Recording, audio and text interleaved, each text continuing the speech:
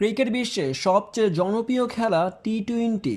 20 ওভারের এই খেলাটি হয়ে থাকে জমজমাট। বলার কিংবা ব্যাটসম্যান কেউই কাউকে ছাড় দেয় না। টি-টোয়েন্টির এই ম্যাচটির প্রতি আগ্রহ থাকে প্রত্যেকটি দর্শকের। অল্প সময়ের এই খেলাটি উপভোগ করে থাকেন সকলেই। তবে আমরা আজকে জানবো এই খেলায় মেইডেন ওভার করেছেন এমন 5টি খেলোয়াড় যারা কিনা বল ব্যাটসম্যানদের খেলতেই দেননি, একের পর এক ডট বল করেই চলেছেন এমন বিশ্বসেরা 5জন বোলারের নাম জেনে নিন। 5-এ আছে স্যামুয়েল বদরি, তিনি 197 ম্যাচে 21টি মেইডেন ওভার করেছেন। 4-এ আছেন মোহাম্মদ আমির, 277 ম্যাচ খেলেছেন তিনি, তার মধ্যে 22টি দিয়েছেন মেইডেন ওভার। তারপরে আছেন ভারতীয় বোলার ভুবনেশ্বর কুমার, 273 ম্যাচে 22টি মেইডেন ওভার করেছেন তিনি।